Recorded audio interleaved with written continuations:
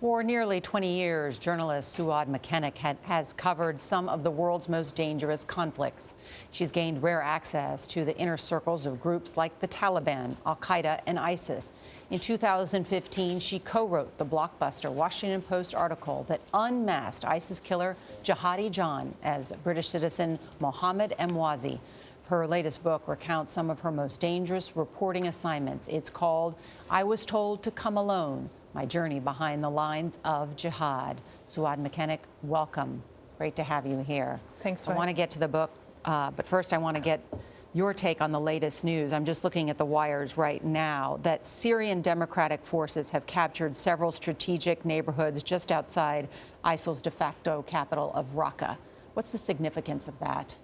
Well, we have to see first when they will capture all of Raqqa. And it depends on, if you read now the newsletters that are coming out from ISIS, you will read a totally different story. What they say is that they're fighting back, that they're killing a lot of forces. So, but if indeed this is true, it could mean that the US-backed forces are gaining ground, but it doesn't mean that this will destroy ISIS. The ideology is going to live on. Do you think that leadership is still there in Raqqa? Well, what we are hearing is that the leadership has moved to other places, or was moved to other places, because Charlie, ISIS knows, and they knew that this would happen, that at some stage the US-led and backed forces would go after them, and they have taken precautions. If you follow the media outlets that are coming from Amaq News Agency, which is the ISIS-owned agency, you will see that actually it's pretty much functioning. So it does mean that while that the ISIS structure is still going on there. But it also means the loss of the caliphate. Well, the loss of the caliphate as a country, yes, but not as an idea, and this is the danger. Could I just say you are very brave? I think this book started in part after 9/11, where a widow of one of the firefighters said to you, "Why do they hate us so much?" Yes. And you went on a journey to find out the answer to that question, to hear the other side. So you go into some very dangerous situations. You're told to come alone, no ID, no purse, no cell phone. And you trusted them at times. You had to trust them at times to gain access. How were you able to do that?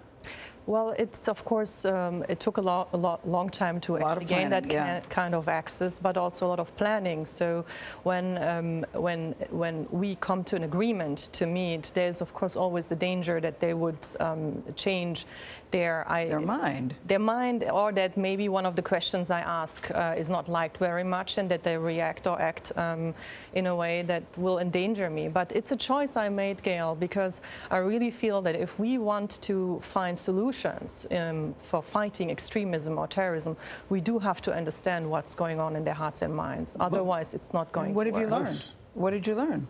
Well, I learned that when I sit down with them, with most of those guys, they don't speak to me about religion, for example. They talk a lot about politics, about international policies, about what they called hypocrisy of our own Western democracies. They talk about how we preach human rights and freedom of speech and expression, but that we are indeed using double standards. They are using at the moment, for example, also some of the things that President Trump said during the election campaign about Muslims, in order to tell Muslims in the West, look, you will never be part of this society.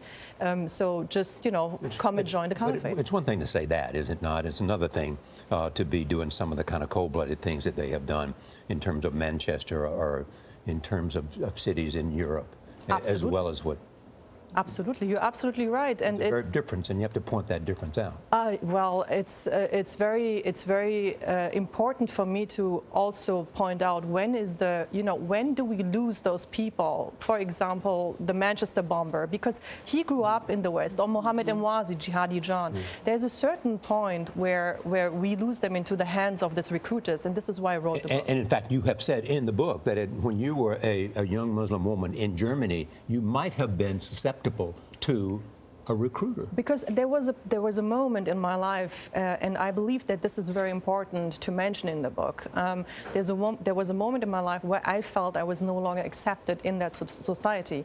But I was lucky, Charlie. I grew up in a in a household. I grew up in Morocco partially, and then in Germany, where I had parents and grandparents who taught me that we have so much more in common with people of different religions than what is dividing us. And this is why I say also in the book, words matter. Yeah. If people today only talk about what is dividing us, this is only helping those who want to recruit people. Yeah, and you talked about the help of a Muslim woman who Sonia.